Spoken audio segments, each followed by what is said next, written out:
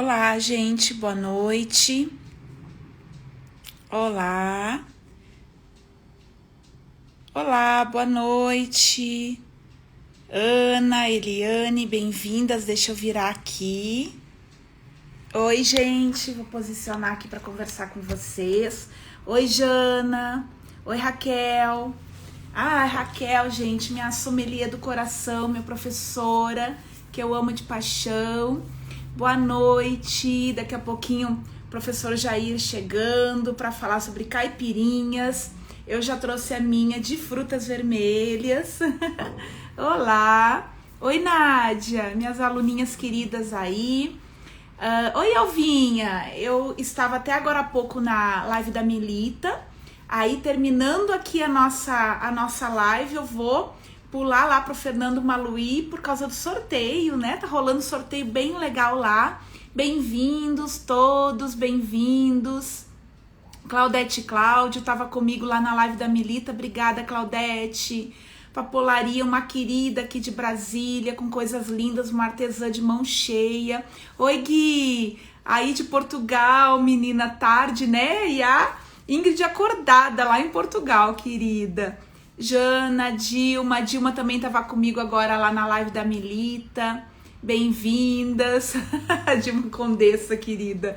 Eu dei titulações para as meninas do curso de chá inglês. Então a gente teve marquesas, baronesas, duquesas, princesas. Muito legal. Oi, Ana.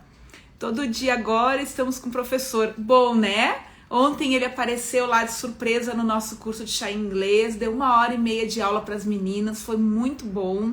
E agora aqui na live conosco falando sobre caipirinhas. Ele me pediu um tempinho, ele tá tentando ajeitar a iluminação, talvez ele atrase uns minutinhos, né? Eu tava em dúvida se eu entrava atrasada ou, né, para dar mais tempo para ele, por causa do horário que eu tenho limite aqui de 1h, né, no Instagram. Mas eu não gosto de me atrasar, então eu digo, eu vou entrar e aí quando ele puder ele entra, eu já chamo ele também. Deixa eu ver, a Raquel querida, Raquel Alves, gente, tô com uma sommelier, para quem entrou depois, a Raquel é a nossa sommelier de vinhos aqui, maravilhosa, jurada, uma experiência de anos aí, muita coisa, eu vou dizer, 99,9% do que eu sei aprendi com a Raquel, né, uma pessoa incrível que passa muito conhecimento pra gente. Ela tem aí o grupo Amigas do Vinho de Brasília, então quem é apaixonada por vinhos me avisa que eu dou um ok lá pra Raquel pra ver se dá pra vocês entrarem no grupo, porque ela ensina muita coisa, muito evento, muita aula. Raquel é top, gente. Oi, as meninas do Rio Grande do Sul, tem uma live pra falar de Semana Farroupilha agora em setembro com eles, né, minha terra. Vou amar. Uma Semana Farroupilha, um 20 de setembro muito diferente, né? Não sei como é que vou ficar, porque sempre tinha acampamento, os gaúchos saíam de tudo que é lugar do Rio Grande do Sul para acampar em Porto Alegre, para comemorar as 2 semanas de Semana Farroupilha, era tradição lá, né? Tinha desfile e tudo, e agora com isso não sei como é que vai ser não, gente. O Márcio Diego, isso. Deixa eu ver quem mais. Eu quero Roma, vinho, Claudete, pode deixar, me deem um ok depois, ou no WhatsApp ou no direct, que eu passo pra Raquel. Então, bem-vindos a todos. Hoje a gente tem uma live sobre caipirinhas com o professor Jair Marcati. O pessoal de Brasília são tão unidos para organizar as coisas, queria morar aí. Mas tem que começar, gente, tem que começar, né? Que daqui a pouco tu vai encontrar pessoas com as mesmas afinidades. Monta um grupo, começa do zero que as coisas aparecem. O professor Jair entrou. Bem-vindo, professor, eu já vou te chamar. E eu vou aqui só fixar o nosso conteúdo, tá? Vou botar aqui caipirinhas com o professor Jair, tá? Até vou marcar o Instagram deles, para quem não sabe. O Instagram dele, Jair Marcati 61. Vou fixar aqui o conteúdo, Jair Marcati 61. Vou fixar aqui e já vou chamar o professor para entrar conosco, porque eu não quero roubar tempo da aula dele. Vocês já estão acostumados comigo. Deixa eu só tentar salvar aqui, ele demora um pouquinho. Vamos ver se eu consigo gravar e já vou chamar o professor. Oi, gente, o conteúdo não tá fixando. Deu. Professor Jair, vou te chamar. Tá todo mundo aqui querendo te assistir. Querida, bem-vindos. Podem ir chegando. O pessoal tá começando a chegar aqui. Oi, professor, boa noite. Olá, Rosana, boa noite. Boa Tudo noite. bem? Tudo jóia. Como vai? Bom, Bem-vindo, bem-vindo novamente. Sempre obrigado. um prazer te receber aqui no meu Instagram. Seja sempre bem-vindo. Os seguidores aqui Obrigado. adoram te escutar, né? Eu sei que tu sempre tem muito a contribuir pra gente. E olha que eu já Imagina. tô te esperando com a minha Ah, caipirinha. Não é uma eu tô, caipirosca, Jair. É uma caipirinha de frutas vermelhas. Tu tá só com a água, Jair? Tu não preparou uma caipirinha pra ti? não, ainda Mas é que não. hoje é tu que vai trabalhar. Hoje tu é amiguinho da hora. Rosana, boa noite. Boa noite. Boa noite a todos e a todas, né? Tá boa a luz, a voz também, Rosana? Tá tudo bem. Dá para ouvir direitinho? Dá para ver? É melhor nem me olhar, porque aí todo mundo vai se assustar. Então é melhor eu ficar no escuro aqui, que é a melhor coisa, né? É assim, né? Que nem a gente diz na minha terra, bem capaz. Rosana, bom, boa noite a você, boa noite a todas, a todos, né? Obrigado pelo convite. É um prazer muito grande estar aqui com você, né? Participando do seu Instagram. A gente, enfim, um trabalho tão bonito que você desenvolve, tão importante, tão interessante, né? Então, me sinto muito honrado com o convite. É uma alegria muito grande estar aqui com você e com todas as meninas e rapazes que eventualmente nos acompanharão ao longo dessa noite. Ao longo não, até às 8 da noite, né? Rosana, eu quero fazer um pedido para você hoje, né? Eu quero um Claro. pedido assim. Eu gostaria que a gente pudesse levar essa conversa muito mais como uma conversa e muito menos como uma aula, uma palestra ou Ah, coisa assim, porque o próprio tema caipirinha pede uma informalidade, né? Não teria sentido a gente tratar uma coisa como a caipirinha com a formalidade acadêmica ou uma formalidade teórica ou conceitual. Caipirinha, pela sua própria natureza, pela sua própria história, ela não permite esse tipo de, quer dizer, até permite, mas não faz parte dela que a gente a trate dessa maneira, né? Ela pede uma informalidade. Então, eu vou pedir a você que a gente faça em regime de conversa, como se fosse uma grande entrevista de um programa de televisão, tá sendo bom. claro, você a estrela, a Rosana, e eu o coadjuvante, Jair, evidentemente. hoje é sexta-feira, estamos no happy hour entre amigos, comemorando a semana, vai ser só alegria, como num grande bate-papo. Então, vou pedir, bom, de novo, pedir licença às pessoas para entrar na casa delas, né, Rosana? Porque eu estou me acostumando com redes sociais, você já tem uma experiência bem maior do que a minha, e em tese as pessoas estão em casa acompanhando, então vou pedir licença para acompanhar as pessoas, né, para poder entrar na casa delas, como meus pais me ensinaram e meus avós. Quando a gente entra na casa de alguém, a gente pede licença, né? Então peço licença para poder, enfim, estar na companhia de todos ao longo dessa noite. E também vou pedir licença que eu não consigo ler os comentários, porque senão me perco. Como eu sou uma pessoa de um outro tempo, do século passado, literalmente, se eu ler os comentários, eu fico meio perdido, não consigo me concentrar nas coisas que Jair, vão acontecer. eu tenho que falar uma coisa, eu já te falei que quando tu comenta, quando eu ouço essa frase, peço permissão para entrar, eu já te apelidei do elegantíssimo Conde Drácula. Agora tu fala que tu é do século passado, só que, gente, não é um Conde Drácula do mal, tá? Eu já contei isso pro Jair. O meu marido que brinca, Rosana, nenhum vampiro é do bem. Eu digo, não, existe os vampiros do bem. O Jair é o vampiro do bem. É um Conde Bom, Drácula elegantérrimo, pedindo permissão, com toda elegância, para entrar nas nossas casas. E agora tu fala que tu é do século passado? mas eu estou mesmo, eu nasci no século passado, é verdade. 1961 já é o comecinho da segunda metade do século XX, né? Tá bom. Razão pela qual meu Instagram tem esse nome, Jair Marcati 61, né? O ano que eu nasci. Mas, Rosana, então eu vou te pedir isso. Eu não consigo ler os comentários, porque senão me desconsidera. Poxa, em algum momento eu fui o Lorde Marcati. Agora eu não sei se eu fui rebaixado ou se eu fui promovido na condição de o Conde Drácula do bem, né? É tudo promoção, leva sempre por esse lado. Jair, as meninas pediram para eu desativar os comentários porque elas querem te ver na íntegra. E os comentários vão subindo e tapam uma parte do teu rosto. Então elas já pediram, Rosana, desativa os comentários. Daqui a pouquinho eu ativo para ver se tem alguma dúvida, mas vocês podem clicar na caixinha de interrogação, que daí, se tiver alguma dúvida, eu pergunto para o professor. E se vocês souberem de alguém que goste de uma caipirinha, ou que não goste de caipirinha, mas goste de um bate-papo com o professor Jair, já mandem um aviãozinho aí para os colegas para virem para a nossa live. Boa noite, professor. A noite é tua. Fique à vontade para o nosso bate-papo. Não, a noite é nossa, né, Rosana? Isso que eu vou pedir que a gente faça um clima exatamente de bate-papo mesmo, né? Que a gente possa seguir essa conversa como uma grande conversa. A caipirinha pede isso, né? Não à toa, a caipirinha é uma bebida que, tradicionalmente, acompanha feijoadas e churrascos, que são lugares de encontro, lugares de conversa. Há uma cerimônia em tudo isso, claro, uma cerimônia no sentido mais amplo da palavra, né?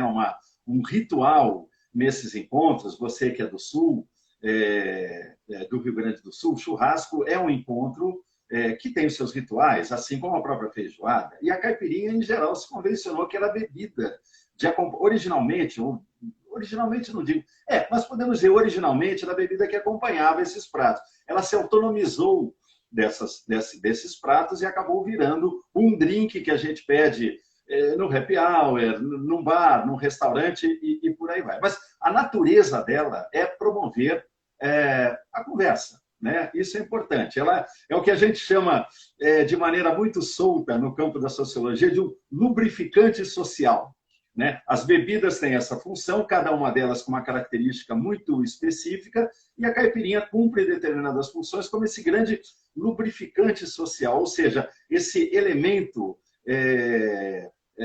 de se beber, que ela azeita as relações humanas, ou ela facilita as relações humanas, né? Então ela tem essa característica, razão pela qual, e além de tudo pela informalidade que ela traz, nesse sentido, a gente já pode dizer a primeira coisa, né, Rosana, que ela é muito a cara do país que a gente está, por essa marca de informalidade que ela tem, ela pede essa coisa de conversa. Eu acho, né? Rosana, você está muito bonita, se você me permite o comentário.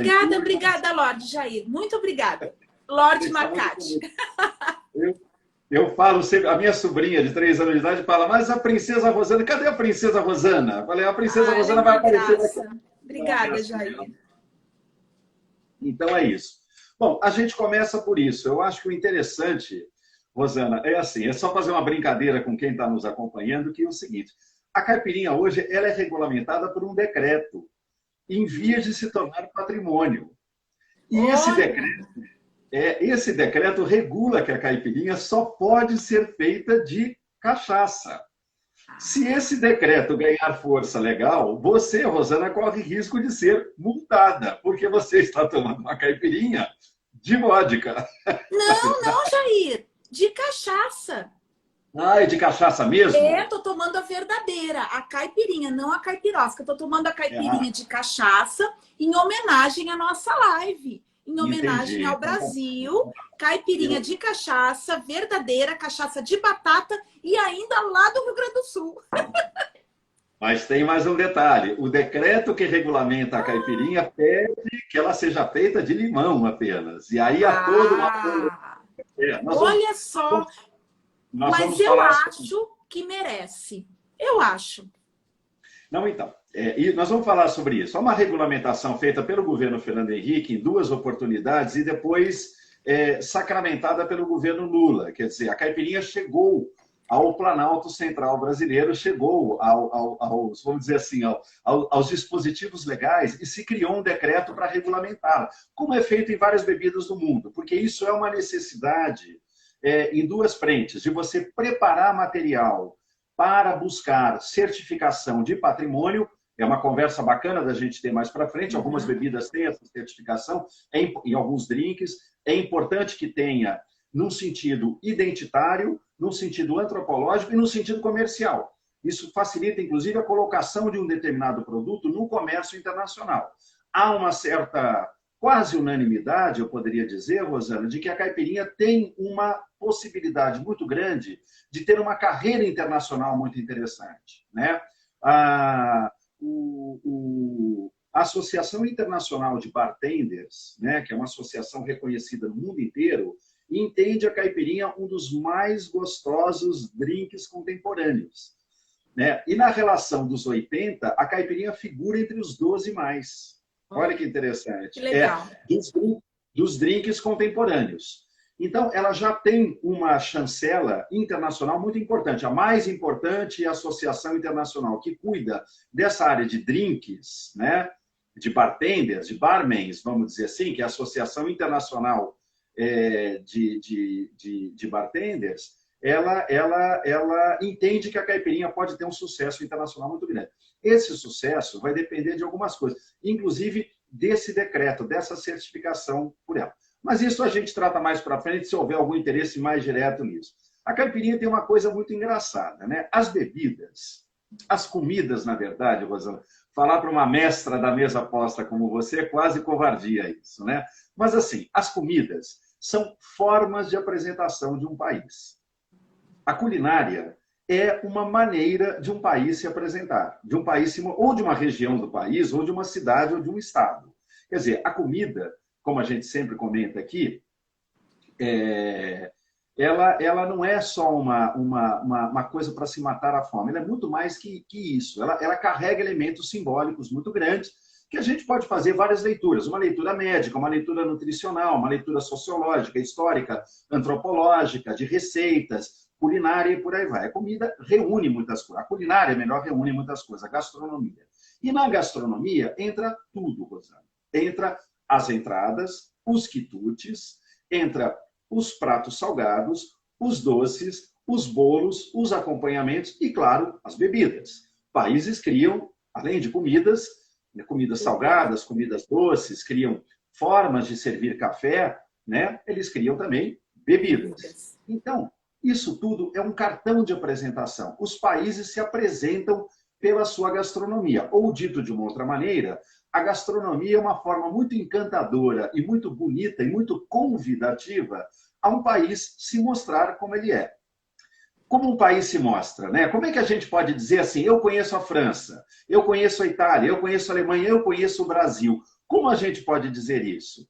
Tendo acesso a determinados elementos, a determinadas expressões culturais que são reveladoras da alma daquele povo, são reveladoras da alma daquele país, ou seja, são portadoras de identidade, né? Um país se apresenta pela sua música, um país se apresenta pela sua literatura, um país se apresenta pelo seu cinema, um país se apresenta pela sua pintura, pelas suas danças, danças típicas, danças folclóricas, e um país... E gastronomia.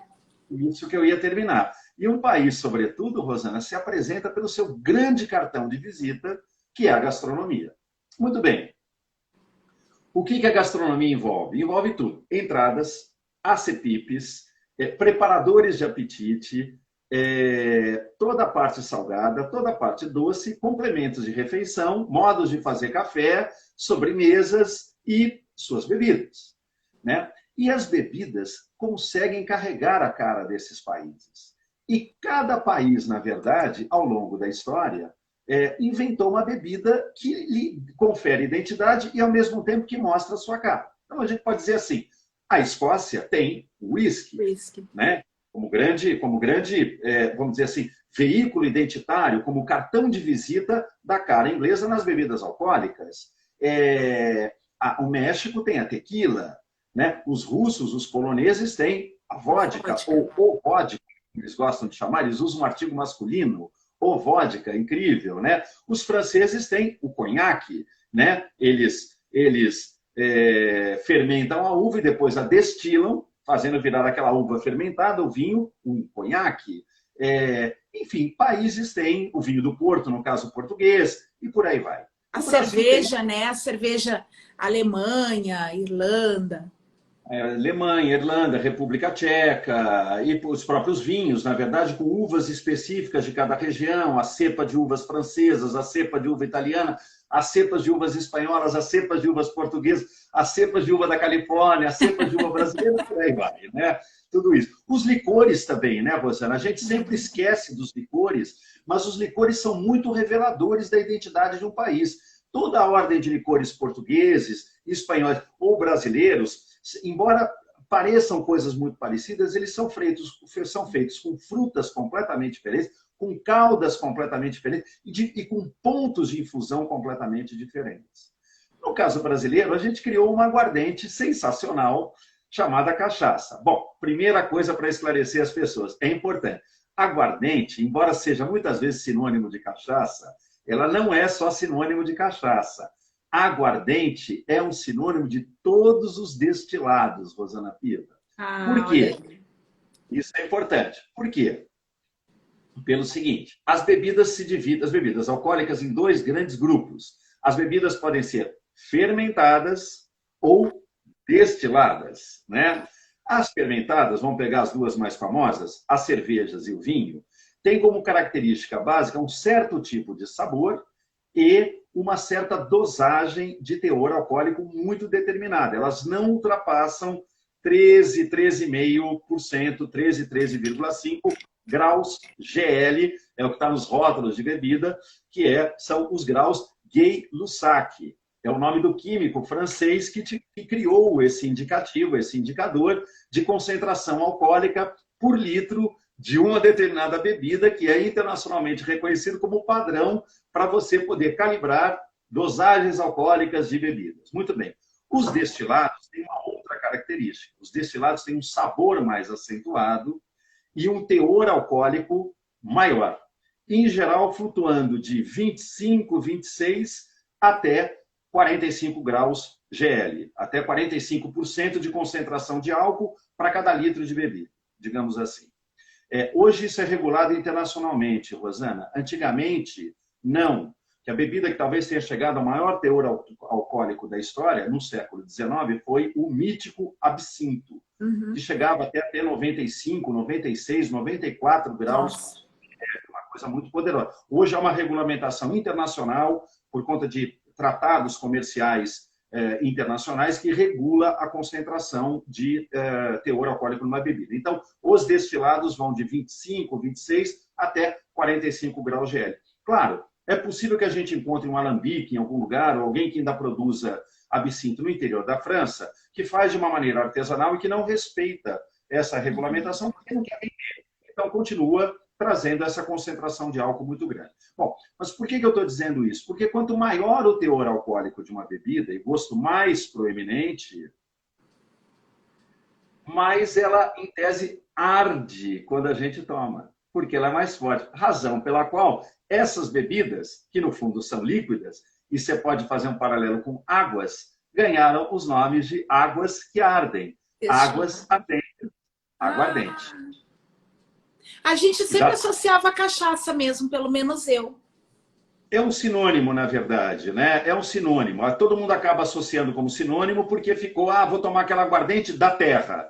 Mas a aguardente da terra brasileira é a cachaça. A aguardente da terra escocesa é o uísque. A aguardente da terra francesa é o conhaque. A aguardente da terra mexicana é a tequila. A aguardente da terra chilena é o pisco, e por aí vai. Então, a aguardente da terra é aquela bebida típica do país que a produziu. Já valeu a live, hein, Rosana? Já posso passar por... Já valeu.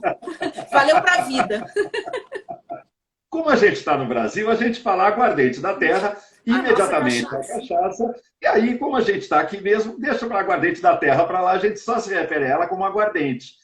Mas a aguardente, na verdade, é a água que arde. Porque quando passa pela nossa garganta, ela, por carregar mais teor alcoólico, ter um sabor mais proeminente, passa queimando, ela arde, por isso a água que arde, água ardente. Então, a nossa é uma cachaça, na verdade, que é uma bebida muito particular, tem uma história incrível, a gente faz uma outra live, um outro dia, só sobre a história da cachaça, não é o nosso objeto de hoje, mas a cachaça vai entrar lá na frente na composição da caipirinha. Chegamos a isso. Então, primeiro, Rosana, importante, os países se apresentam pela sua gastronomia. Gastronomia envolve comidas e bebidas, comidas doces e salgadas, preparadores de apetite, acepipes, etc., e também as suas bebidas. O Brasil tem um refrigerante muito interessante, a gente não lembra disso. Criamos um destilado, uma aguardente, Rosana, cachaça, mas também criamos um refrigerante. Nós temos o Guaraná, por exemplo. Ele é um refrigerante típico brasileiro. É muito interessante pensar nisso. Então, países se mostram pela culinária. Em primeiro lugar, pela sua gastronomia. Segundo, que é uma frase que você gosta muito, Rosana, todas as coisas têm história. Todas. E para quem está nos assistindo, a história, é muito bonito dizer isso, a história, isso é muito interessante no mundo da mesa aposta, conversar essas questões. A história não é uma coisa só que tem a ver com grandes temas, né? Com guerras, com revoluções, com revoltas. Não. A história, claro, ela é feita também de grandes temas. Estudar a Revolução Francesa é muito importante. Para homenagear a Rosana, estudar a Revolução Farroupilha é muito importante, né? Estudar a Revolução Americana é muito importante, mas a história também se faz nos chamados pequenos temas. Um tema aparentemente pequeno, para nós historiadores, Rosana, é na verdade uma ponta pequenininha, a ponta visível de um iceberg, que quando a gente puxa aquela ponta, vem todo um manancial de informações e de conhecimentos sobre o país, a cidade ou a região que a gente está querendo, ou o período histórico que a gente está querendo estudar. Então é importante que se diga isso. Tudo tem história. O canudinho que você está bebendo tem história. Né? A maquiagem que você está usando tem história. Minha camisa polo tem história. A caneta que eu estou usando tem história. As cores que estão no seu contraplano tem história. Tudo tem história. E a história não é só de grandes temas. A história também é de pequenos temas. Então, falar sobre caipirinha, falar sobre outros drinks, o gin tônica, cada vez mais em moda, cada vez mais recuperado, é fazer um grande convite para um enorme passeio na história. Porque essas coisas todas nos trazem muito conhecimento, nos trazem rotas, nos trazem caminhos de civilização, nos trazem percursos, nos trazem encontros civilizacionais, né? Então, é muito bom que se diga isso. A história está em tudo. Eu ainda escutei essa semana alguém brincando, assim, falando, você sabe disso, a gente conversou isso quarta-feira, Rosana, vou pedir licença para comentar isso. Pessoas falam assim, mas depois que eu te conheci, vi uma live sua, agora eu passei a gostar de história, porque antes eu não gostava. E eu tenho aquela resposta de dizer, não é bem assim. Você pode gostar ou não gostar do jeito que a história é ensinada. Isso é uma outra discussão. Mas a história a gente não gosta ou a gente não gosta. A história ela está presente em tudo que nos rodeia.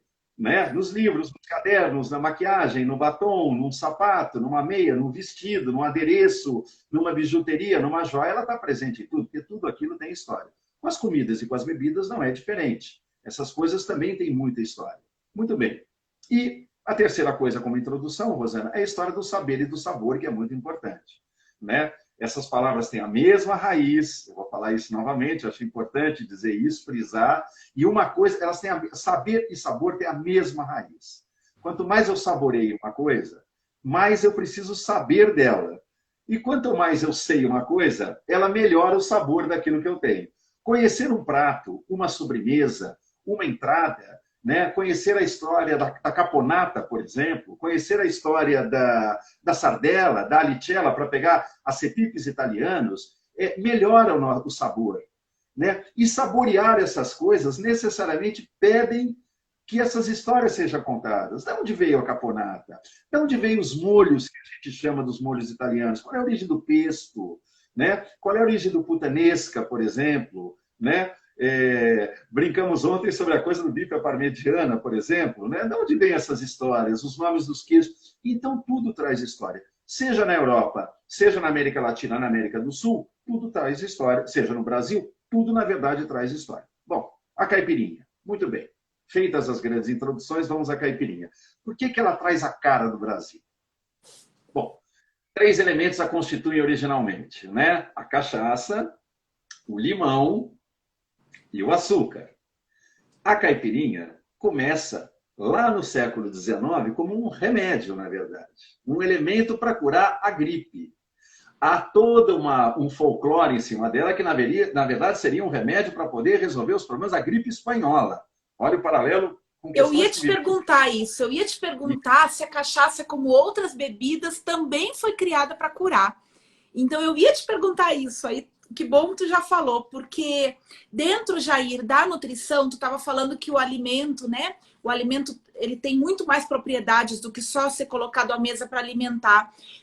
Não sei se muita gente não sabe, mas eu sou nutricionista. E dentro da nutrição, 2 a 3 anos, não me lembro bem, né? Eu já sou formada, eu já sou meio dinossauro. Mas acho que uns 3 anos a gente estuda uma cadeira chamada dietoterapia. E aí tem a dietoterapia infantil e a dietoterapia de adulto. Então, é só estudando como o alimento trata doenças. E a gente sabe que o álcool teve essa função aí ao longo da história, né? E eu ia te perguntar isso. E a caipirinha, ela também foi desenvolvida com esse Também. pensamento? Olha que legal. Isso dá uma outra live, na verdade, né, Rosana? Dá uma outra live sobre essa relação entre o álcool, a medicina e a cura, né? Os remédios, toda pesquisa, na verdade, feita antigamente, que resultou nas bebidas alcoólicas, destiladas, sobretudo, que são muito mais recentes, os fermentados de muito tempo atrás e os destilados são muito recentes, mas todo mundo que estava em busca do processo de destilação estava buscando uma cura para uma doença. Os alambiques, uma contribuição árabe para a história da civilização, né? Eles são, na verdade, processos químicos, a destilação de você estava em busca de um remédio e que, na verdade, acabou muito tempo depois sendo apropriado como uma bebida alcoólica. Mas a origem de todas essas bebidas destiladas é o remédio. Não à toa, os nomes delas nos remontam a isso. Whisky, por exemplo, a palavra whisky, em celta antigo, a pronúncia é whisky, povo que habitava o norte da ilha da Grã-Bretanha, tal, etc. Whisky, na pronúncia original, significa água da vida. Olha que interessante. Por quê? Porque era tido como um elixir, na verdade. Com a caipirinha não foi diferente. A caipirinha nasce como um remédio para a gripe lá mais ou menos no século XIX. A combinação limão, originalmente, mel, um pouco de alho e um pouco de cachaça, pelas propriedades médico-terapêuticas que os álcoois destilados possuem, agitado produziam um xarope, digamos assim, que se dizia tinha a propriedade de poder curar a tosse, curar os resfriados e ser um poderoso elemento contra as gripes. Ao longo da história, se tirou o mel, se tirou o alho, se concentrou o limão, trouxemos o açúcar e aumentamos a quantidade de cachaça. O gelo veio muito mais para frente. Isso é interessante. O gelo vem lá nos anos 50, nos anos 60. Isso é interessante para quem está nos acompanhando, porque assim, a impressão que a gente tem, eu vou pedir licença a você, Rosana, que funciona assim. Como professor de história, é muito legal. Eu vou pegar uma figura muito conhecida, muito famosa, o Chico Buarque de Holanda, né? Um gênio da raça. Todo mundo pensa assim, o Chico Buarque é o Chico Buarque, ele é muito famoso. Sim, é verdade, mas em algum momento ele não foi famoso. Em algum momento ele teve 16 anos de idade, 17, foi faz dúvidas de todos nós. Eu estudo arquitetura, que é o que ele fez um tempo, ou vou para a música? O que eu faço? Tenho ou não talento? Será que eu tenho esse talento todo ou não tenho? E se for para a música, será que eu vou fazer disso um ganha-pão? As dúvidas que todos nós temos com o nosso dia a dia e a escolha de profissão é a dúvida de todas essas pessoas. Só que a gente pensa nessas pessoas de uma forma já consagrada, estabelecida. O Chico Buarque é o Chico Buarque. Não, mas ele em algum momento teve 16, 17 anos. Então, as coisas não nascem prontas. Elas são construídas ao longo da história. Né? Não há uma data certa para determinadas coisas porque elas vão se somando. A caipirinha não nasceu como ela é hoje. Ela nasce como um remédio, mel, alho, limão, um pouco de cachaça, só para dar uma temperada, e ao longo do tempo você vai depurando. Lá na frente entra o gelo, na verdade. Lá nos anos 50 entra o gelo. Mas antes ela foi tomada há muito tempo como um remédio, na verdade. Mesmo quando você tira o limão, tira o alho e o mel, e traz o açúcar, e agita, começa a se pensar na ideia de um coquetel, mesmo assim ela continuava a ter essa propriedade. Olha que interessante. E ela tem um nome muito curioso. Os drinks, Rosana, eles têm nome. Os drinks são maravilhosos, né? O momento que a gente vive é um momento, inclusive, de resgate dos drinks, né? Podemos conversar isso longamente um outro dia, mas tem nomes pomposos. Bellini, Manhattan, Cosmopolitan, Dry Martini, né? Enfim, Nossa, marguerita, Marguerita, morrito. Ritos, gin tônica, né? Hi-Fi, gin fizz, eles têm os nomes pomposos. A gente usa, isso é genial no Brasil. A gente inventa um drink cujo nome é um nome em tupi, Guarani. Caipira. Na verdade, significa homem do mato, né? Caiçara, o homem do mar. Caipira, o homem do mato. Então a gente inventa um drink de nome tupi e ainda coloca um diminutivo nele, o que é genial. Fica Caipirinha.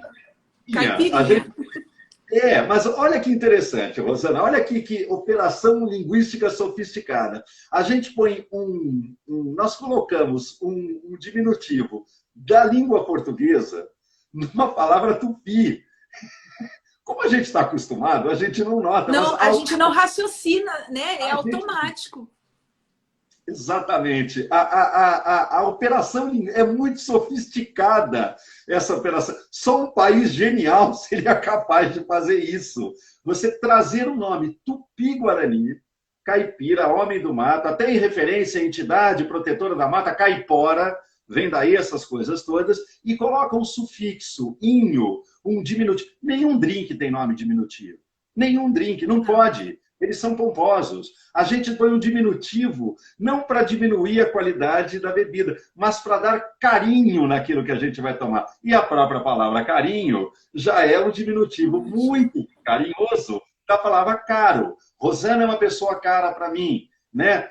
Um determinado amigo é uma pessoa cara para mim. O que eu tenho por ele? Ele é muito caro para mim. Mas aí a gente amacia a linguagem, trazendo os diminutivos, chamando de carinho. A caipirinha foi a mesma coisa. A gente pôs esse diminutivo para trazê-la para perto, para colocá-la no colo, para abraçá-la. Nenhum drink, nenhuma bebida tem nome. E no Brasil a gente usa. Vamos tomar uma cervejinha, Rosana? Vamos tomar um esquinho lá no fim da tarde? Só um esquinho. É verdade. Essas operações, elas parecem muito simples e soam simples, mas essa é a grande riqueza brasileira. Soa simples, uma coisa que, na verdade, tem uma grande complexidade por trás dela. Só que ela soa muito simples, né? Ela parece... caipirinha... Se a gente combina de sair, o James, você, eu, não sei mais quem, a gente vira e fala assim, não, é rapidinho, Rosa, rapidinho, um esquinho, então a gente vai usando. Não rola, né? É, exatamente isso. A caipirinha foi isso. Então, uma coisa muito interessante é que a gente inventou um drink que não tem a pomposidade da história dos drinks, que é uma história linda. Alexander, Bellini, Negroni, o clássico drink inventado no Hellas Bar, em Veneza, também no movimento de retomada agora, o próprio Gin Tônica, né, que é um drink muito bonito, tal. Nós inventamos um brasileiríssimo, com nome indígena e ainda com diminutivo atrás dele. Olha que coisa interessante. Que legal, Jair. Por que ele tem esse nome, caipira? Porque reza a lenda. A caipirinha, agora o lado mais acadêmico aqui do professor Jair, Rosana, peço desculpas a todos por esse momento mais, digamos, universitário. A caipirinha é uma bebida muito pouco estudada, assim como a cachaça, na verdade. A gente sabe pouca coisa ainda dessa bebida. O vinho é muito estudado. Há muitos livros, há cursos, há uma série de coisas com vinho. A cerveja, a mesma coisa. Né? Mas os drinks, em geral, um pouquinho menos. Mas a caipirinha especial, não há praticamente nada sobre ela, coisa só de site, mesmo sites de confiabilidade, Instituto Brasileiro de Cachaça, que é um site excelente, Associação das Confrarias da Caipirinha ou da Cachaça, que são sites muito bem feitos. Mas, assim, isso não é um trabalho só de apreciadores, é um trabalho de estudiosos, de historiadores e antropólogos. E, de fato, a caipirinha é muito pouco estudada. Por que eu digo isso? Porque existem muitas lendas sobre a criação dela. Tudo indica, Rosana, que ela tenha sido criada numa região, no interior do estado de São Paulo, e daí o nome caipira seria, então, na verdade, uma homenagem a um lugar do interior do estado de São Paulo, no qual a cultura caipira é muito forte, que é Piracicaba. Né? As rotas dos caipiras são várias rotas que a gente tem, não só no estado de São Paulo, como no Brasil inteiro. Né? Brinquei ontem, vou pedir licença e fazer isso de novo. Se a gente pegar um compasso abrir em 45 graus e fincar a ponta na cidade de Bauru, centro do estado de São Paulo, em 45 graus, e virar o compasso inteiro, toda essa região, em algum momento, foi chamada de Paulistânia. É o nome que se dava a isso no século XVII e XVIII. Paulistânia é o berço da cultura caipira. A comida caipira, as bebidas caipira, as festas caipiras, os hábitos caipiras, vêm de toda essa região que pega mais ou menos um lado leste e nordeste do Paraná, um trecho do Mato Grosso, uma parte de Goiás, uma parte de Minas, um trechinho do Espírito Santo, uma região serrana do Rio de Janeiro, quase divisa com Minas, e uma parte do interior do estado de São Paulo. Né? A esse grande arco chamou-se Paulistânia, era o nome que isso teve por conta da capitania de São Paulo, né? De onde partiram as bandeiras e os bandeirantes para fazer as conquistas dessa região. E essa Paulistânia, ela é, na verdade, o berço da cultura caipira. Então, tudo que a gente fala de comida caipira, de tempero caipira, de modo de fazer comida como os caipiras faziam, bebidas caipiras, festas caipiras ou hábitos caipiras, inclusive uma musicalidade muito própria, lindíssima, maravilhosa, que vai ter nas modas de viola o seu principal instrumento e forma de expressão, ela diz respeito a toda essa região. Bem, uma dessas cidades, uma dessas regiões que é muito forte, ainda hoje em 2020, essa característica é a cidade de Piracicaba. É lá de onde sai, né? Especialmente lá de onde sai essa pronúncia que o Brasil inteiro brinca com os caipiras de São Paulo. Porta, porque, né? E assim por diante. Isso é muito interessante pelo seguinte, esse R do caipira é um R retroflexo, na verdade. Ele é a última presença do modo de falar indígena na língua portuguesa. Então, ele é muito rico. Né? Os indígenas, segundo os jesuítas, não conseguiam dobrar as consoantes. Palheta, palha, mulher, eles não conseguiam falar. Então, usavam os de tom, mulher, paia e assim por... E até hoje, século XVI, até hoje, isso caracteriza o modo de falar dos caipiras, ou dos capiaus, como é chamado em Minas, ou dos matutos, como é chamado no Nordeste, ou dos colonos, como é chamado no Rio Grande do Sul, com esse R retroflexo. Bom, tudo indica, então, que a caipirinha tenha nascido exatamente em Piracicaba, por fazendeiros do final do século XIX, que usavam como remédio, e aí, nas dificuldades de obtenção do vinho ou do uísque, serviam nos jantares de fazenda essa tal bebida pela facilidade de lidar com os elementos que estavam perto. Usavam essa bebida como remédio para os peões da fazenda, para os colonos da fazenda. Num segundo momento, pela dificuldade de obtenção dos uísques e dos vinhos, então resolveram fazer dessa bebida uma forma de receber os convidados nos seus jantares e nos seus almoços final do século XIX. Um outro lado dessa lenda, então a caipirinha é tão fascinante que ela não tem exatamente uma história, ela tem um monte de lenda envolvida, como o Brasil de maneira geral, 1000 folclores e 1000 lendas. Há uma outra lenda, e essa lenda é muito bonita, Rosana, que diz o seguinte, uma cidade muito próxima a Piracicaba, chamada Capivari, interior do estado de São Paulo, também muito próxima a Piracicaba, teve uma figura muito importante que nasceu na cidade, uma espécie de musa da Semana de Arte de 1922, a grande pintora Tarsila do Amaral.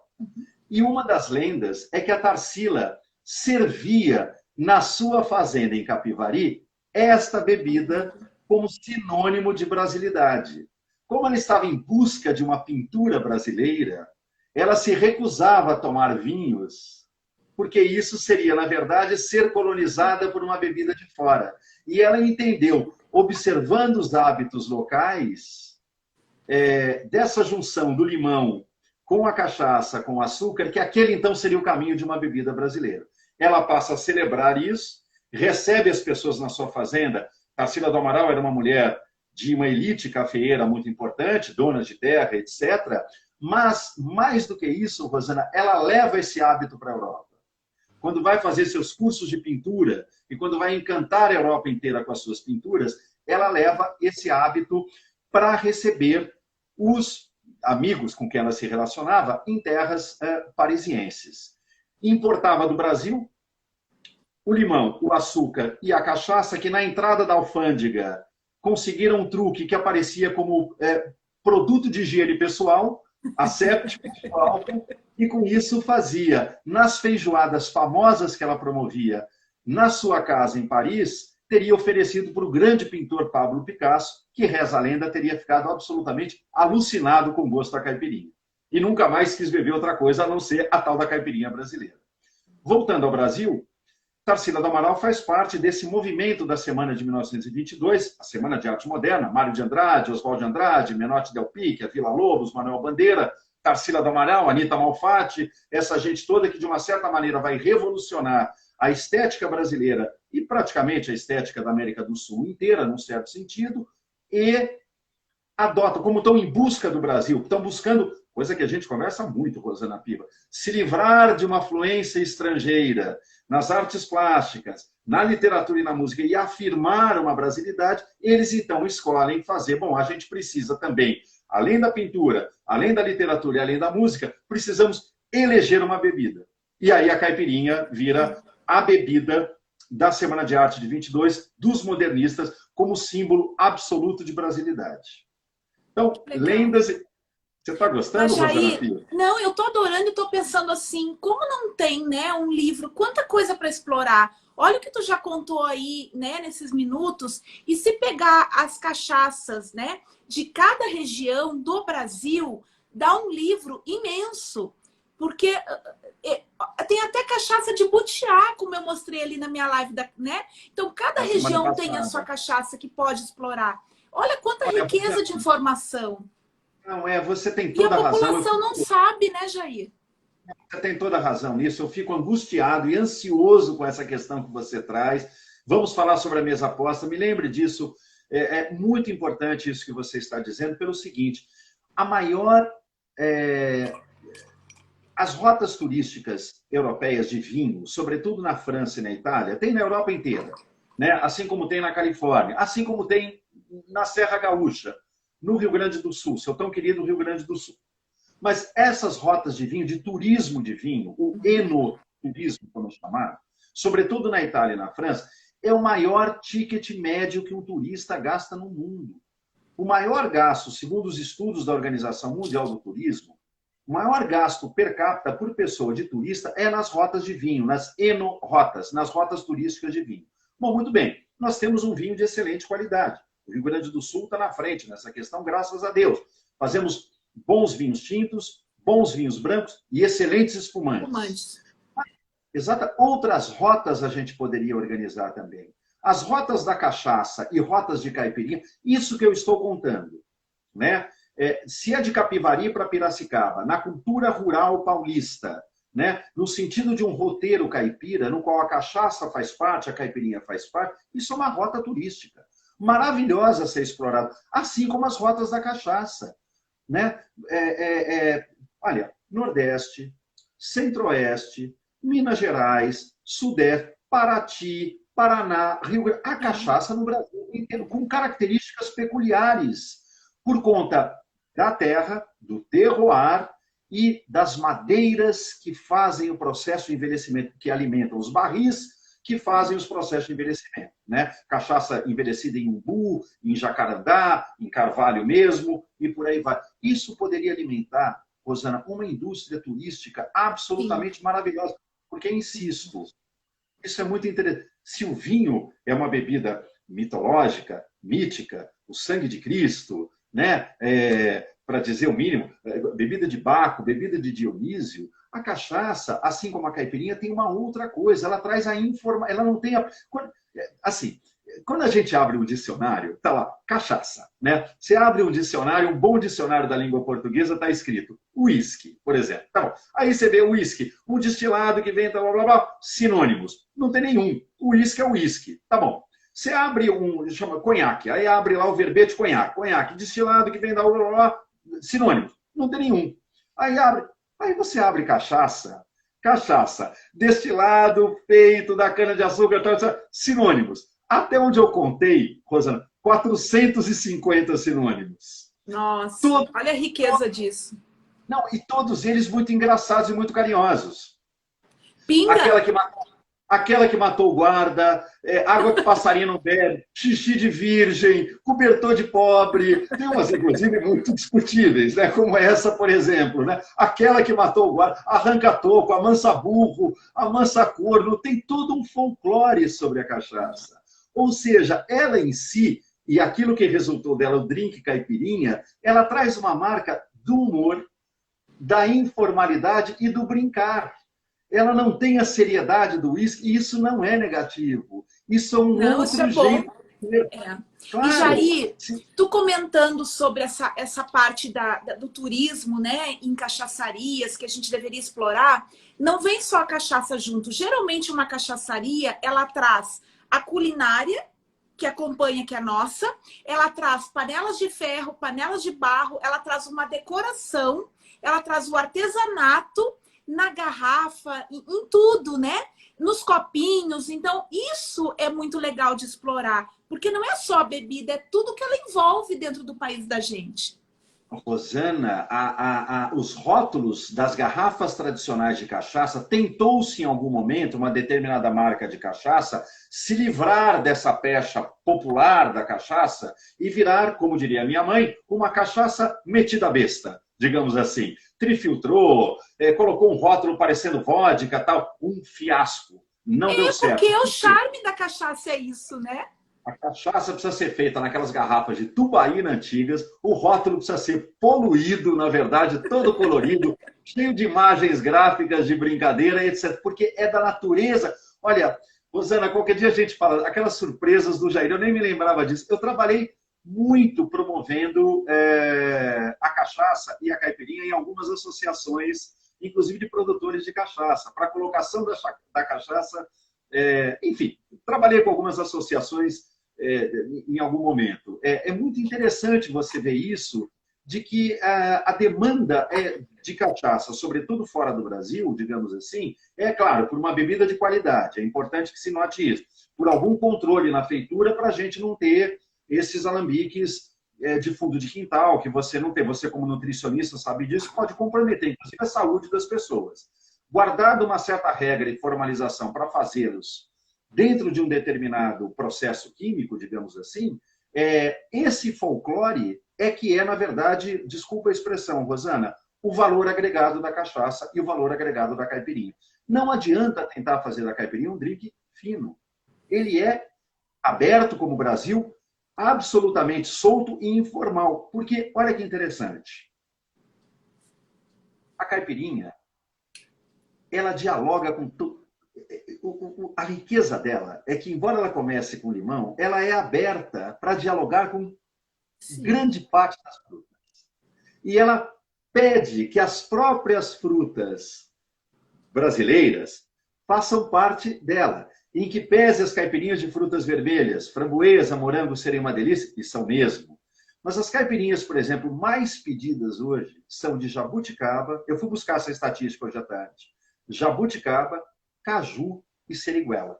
Seriguela eu conheci aqui em Brasília, não conhecia lá no Sul. Eu amo. Maravilhoso. Além de tudo, essas frutas, em especial o caju, que é uma fruta maravilhosa, a gente tem que ficar de pé para falar do caju, é uma fruta maravilhosa. E nem fruto aquelas coisas do Brasil, é um pseudo-fruto, porque o fruto, na verdade, é a castanha, não é o corpo. O corpo é uma coisa que, na verdade, não é fruto, que é o que a gente come, é uma confusão. O caju, a cara do país, exatamente a cara do país. O fruto é a castanha, o que é estranho. Mas a quantidade de açúcar próprio do caju, de frutose que ele tem, é tão interessante que ele mesmo libera os açúcares, dispensando a necessidade de você poder açucarar, ou com açúcar refinado, ou com açúcar mascavo, ou adoçante, ou qualquer outra maneira de açucarar. Então, é muito interessante isso. A caipirinha ela é uma bebida aberta. Ela tem um jeito de fazer, mas ela se permite um diálogo aberto com outras... Ela incorpora.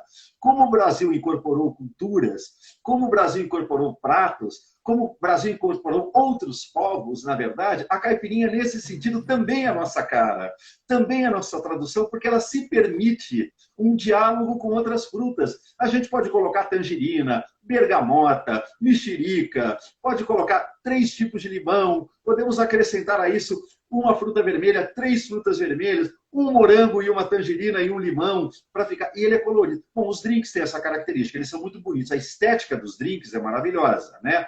E a cachaça, Rosana, pede um certo tipo de copinho e pede um certo tipo de harmonização.